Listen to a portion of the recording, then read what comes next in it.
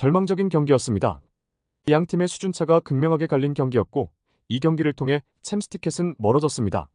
손흥민 선수가 최고 평점을 받을 정도로 헌신하며 리버풀을 상대로 또 득점을 만들어냈지만 소속팀 토트넘은 수비가 완전히 붕괴되어 4번의 실점을 내주는 아찔한 경기를 펼쳤습니다.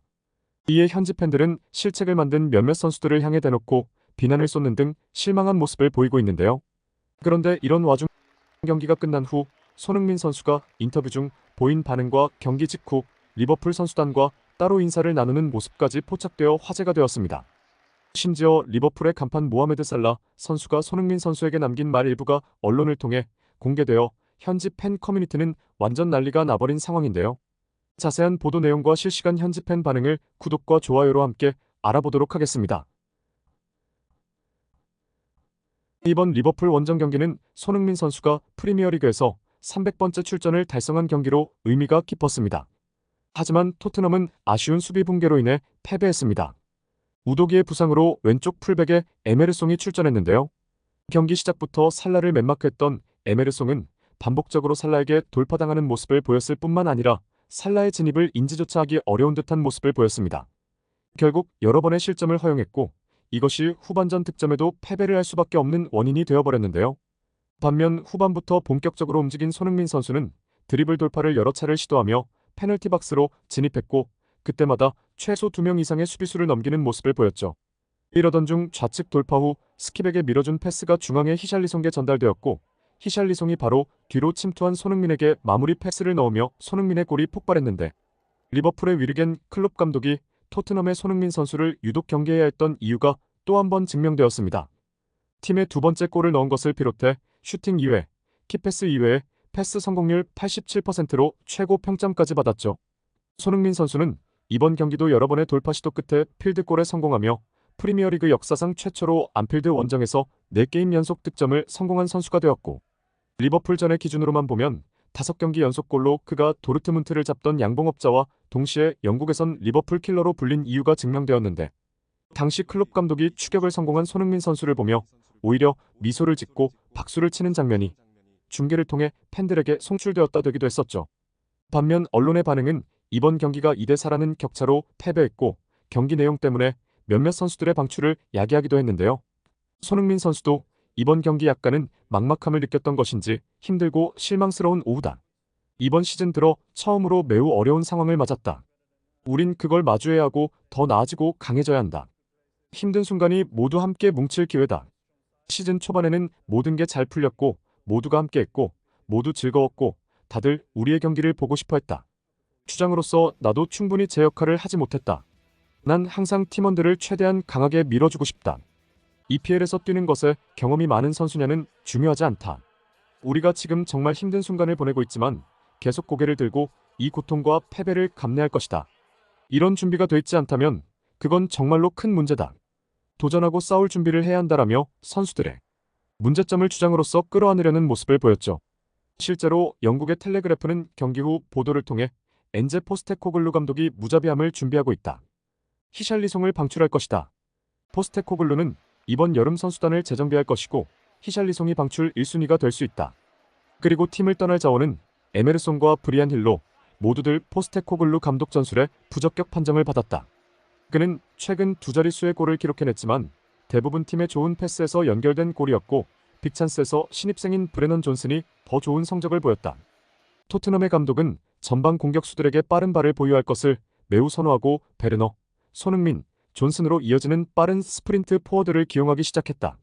만일 존슨이 센터 포워드로 이동했을 때 베르너가 부상 중이 아니었다면 히샬리송의 출전이 어려웠을 것이다라며 이번 경기 실책의 주원인이 된 에메르송까지 언급했죠. 실제로 에메르송은 이번 경기 다른 포지션임에도 교체되었던 올리버 스킵보다 낮은 평가를 받았을 정도로 자신의 포지션을 담당하지 못했다고 평가받았는데요. 이에 현지 매체팀 토크는 보도를 통해 재계약을 언급하며 토트넘은 다음 시즌 챔스 진출을 위해서 정말 많은 선수들을 바꿀 필요성을 느끼고 있다. 그 금액은 충분하지 않을 것이며 팬들이 알고 있듯 토트넘은 중요한 시기에 셀링 클럽이 되어 리빌딩을 포기하는 듯한 경향을 여러 차례 보여왔다.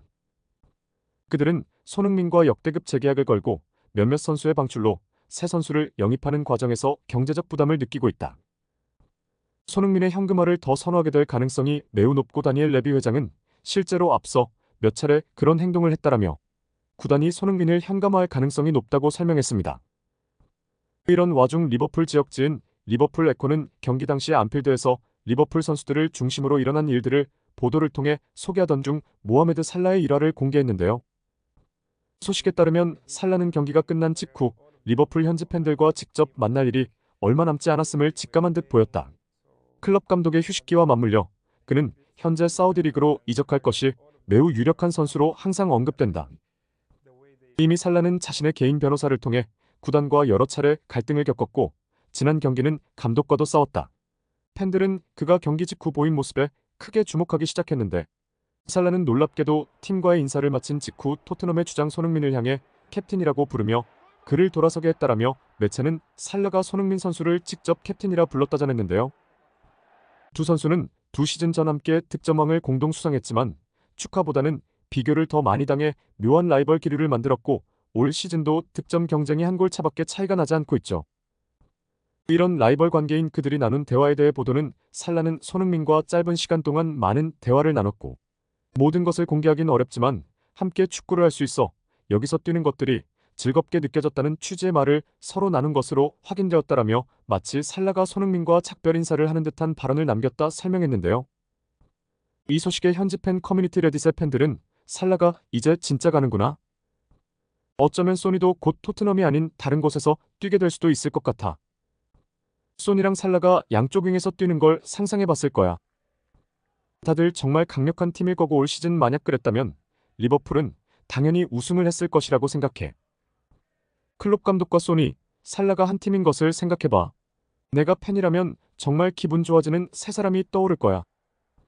이걸 실제로 보지 못한 것은 정말 아쉬워 등등 다양한 반응을 보이고 있는 상황인데요. 여러분들은 만약 손흥민 선수가 올 시즌 리버풀에서 뛰었다면 살라와 함께 우승에 성공했을 것이라 생각하시나요? 손흥민 선수가 커리어 마지막에는 트로피를 들고 은퇴를 했으면 좋겠는데요. 토트넘에 남아서 클럽 레전드로 남는 것이 좋을까요? 아니면 우승이 가능한 팀으로의 이적을 통해 우승 도전을 하는 것이 맞을까요? 손흥민의 선택 또한 매우 기대됩니다. 또한 손흥민과 살라 두 선수가 앞으로도 좋은 활약과 모습을 보여주었으면 합니다. 오늘의 영상은 이상으로 마칩니다. 구독과 좋아요 눌러주세요. 댓글창은 항상 열려 있으니 여러분의 소중한 의견 많이 남겨주세요. 항상 좋은 채널이 되도록 노력하겠습니다. 끝까지 시청해주셔서 감사합니다.